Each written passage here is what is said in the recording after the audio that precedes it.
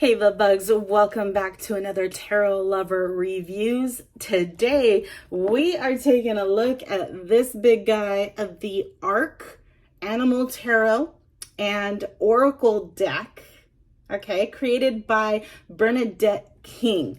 So if you know of this tarot deck, or you didn't know this tarot deck even existed, hopefully this tarot deck review and the flip through that comes after helps you to decide on whether or not this tarot deck is right for you. Now, if you want to skip straight to the flip through, take a look at the description down below, and I have the chapters plan or mapped out for you, so you can just skip right to the suit that you want to see, or if you want to start with the major arcana, you can definitely do that. But yeah, in this part of the review, we are going to talk all the things about the packaging, the guidebook, the cards, the imagery on the cards, card stock, card sizes. So if you want to know all the things about this tarot deck, stick around. Otherwise, feel free to fast forward to the flip through. So let's go ahead and talk about the packaging first. As you can see, this is a huge box for the tarot deck, and there is a very good reason for it, which I will get into in a second. But this is what the box looks like, and I believe it's this way. Yep. Now the publisher, it says Building Beautiful Souls. I do not know if that is the publisher, but yeah, if you're interested, websites are down here at the bottom for you. And then you have the back. So you have a glimpse into some of the cards that are in this tarot deck. But yeah, let's take a look at how the box opens. So it opens as so. So you have the magnet clasps on the side, opens like a book. And then the cards sit, I believe, it's split in half. Yeah, split in half. And then the cards sit on both sides, and then the guidebook on top. So obviously, the tarot deck is not going to get ruined if they stay in the box, because the box is very sturdy to make sure that your cards stay protected. So that's the box. Let's get into the guidebook. Okay, first things first. This is a book. It is a book, okay? So this is what the front looks like, which is the front of the box. And then a glimpse, I believe a glimpse of the same cards. Yeah, for the most part is the same cards on the back, okay? But the book, like, they went above and beyond providing you with so much information on their tarot deck. When I found this tarot deck, I found it in a metaphysical shop. As I was visiting, I went out of town for the weekend, found this shop, and found this tarot deck. I have never gotten chills before. At that time, I've gotten plenty of chills with tarot decks since then, but this was the first tarot deck I have ever gotten the chills on just picking up the box. So I knew I had to get them.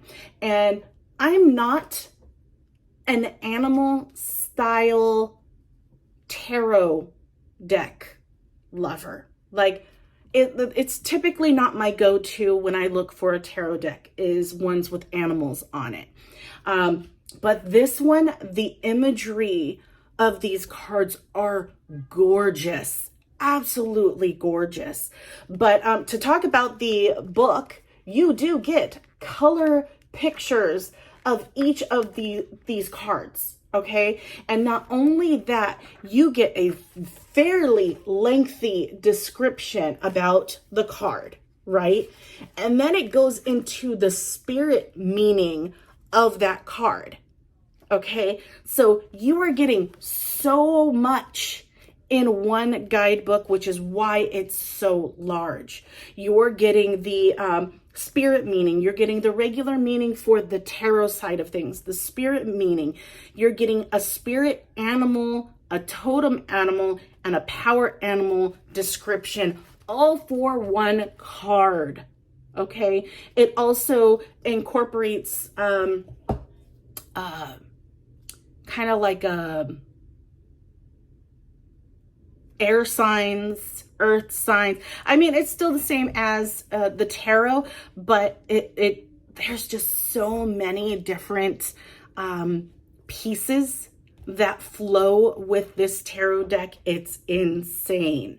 Now, I will say that there are no tarot spreads in this guidebook, but I mean, that's totally fine. You have so much to work off of in this book alone. So that is the guidebook. Let's talk about the cards. You're going to see why this box is so big, besides the fact the guidebook is huge. This is the cards. Okay, my hand is almost gone because of how big these cards are. Let me see if I can grab you quickly. Let's do this a little quicker. Standard tarot size up against the Arc Spirit Animal Tarot. They are big cards, okay? So when you are thinking about purchasing this deck, keep that in mind, because definitely you will not be able to, I mean, you can, if you have large hands, you can, but they are very hard to hold on to if you're trying to do the, the bridge, the bridge shuffle. You can, of course, like I've mentioned in my other videos, there are other ways you can shuffle your tarot deck. Don't let the fact that you can't shuffle a tarot deck that you love the way that you typically shuffle it. If you love that tarot deck, you will find a way to utilize it. So I always find a way to adapt to the tarot decks that I love and be able to utilize it. So in this case, what I end up doing is I will shuffle it this way.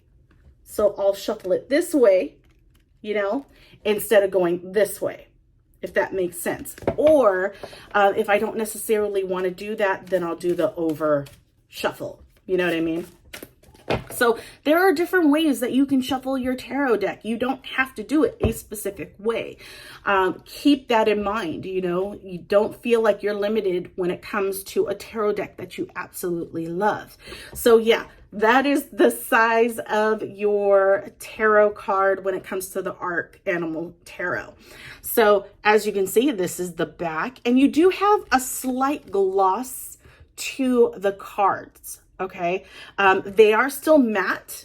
They are matte. So when the cards are up against each other, they don't really slide as much, but they don't stick to each other, which is what I appreciate. So there's a slight gloss to it to give that shine, but for the most part, they are matte cards. The cardstock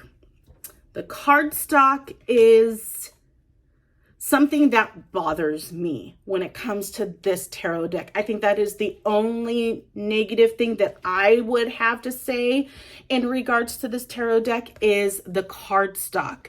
Because the cards are so big, it's thicker cardstock, but the cardstock feels like cardboard.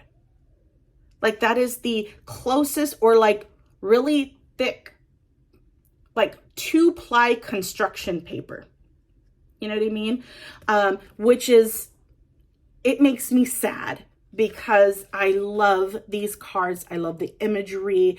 I love these cards, but the cardstock is not so great. And I think with the mass production, you can see where the machine cut. I don't know if you guys can see that. You can kind of see ridges right here of the machine press because it's mass produced. You can see it here on the edge. You can really see it right here on the edges. because it's mass produced, you can see the little notches from the machine. And I feel like that takes away from the tarot deck, at least for me. But yeah, the cardstock to me is not so great. It's thick, but the type of paper that they used for the cardstock is, it could be better. I'm just gonna say. So yeah, cardstock is thick, mainly because the cards are bigger. But I would say it would be the equivalent of a typical tarot deck. It's not thick. It's kind of a little bit lesser than the Goldilocks zone, if that makes sense, when it comes to the cardstock. So if you guys don't know what I'm talking about, I do this C scale to visually give you an idea of how thick the cardstock is. And you have paper, thin paper like cardstock, and then you have thick cardstock to where you cannot bend it. And then of course you have the Goldilocks zone. So I would say going from the Goldilocks zone, it's probably a tad going up into the thinner side, just because it just feels weird. I mean, it might just be me. I would say it's probably Goldilocks. It could go either way. It just depends on how you see it, how you feel it, really. So it's going to be really up to you once you get the tarot deck and you have it in your hands to really get a feel for whether or not the cardstock is right for you. But yeah, that is my only pain point with this deck, is the way that it was cut and the cardstock used for these cards. Now, as far as the imagery is, again, beautiful. Let me show you just the King of Wands. Like, that is beautiful, right? So each of the cards has the name of the animal, the name of the tarot card it represents, and gives you some keywords down at the bottom. So that's what they mean, that you can use this as a oracle or a tarot deck, because you don't have to look at the name of the tarot card. You can just look at the name of the animal and pull up the characteristics of that animal and apply it to your reading. So it plays as two different ways of reading in one. And again, such a genius idea, right? So that is that. As far as the imagery, obviously it does not follow RWS imagery, so keep that in mind. As far as the naming convention, it does follow the same naming convention as the Rider-Waite-Smith tarot deck that a lot of the tarot decks out there are based off of. So you won't see anything different. You don't get any bonus cards, but I mean, you have two forms of divination in one. So I think that's a bonus all in itself.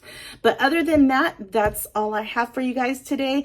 If you liked this review and love the flip through, please feel free to like this video and check out my channel to see if there's any other tarot decks you might be interested in looking into that I've reviewed.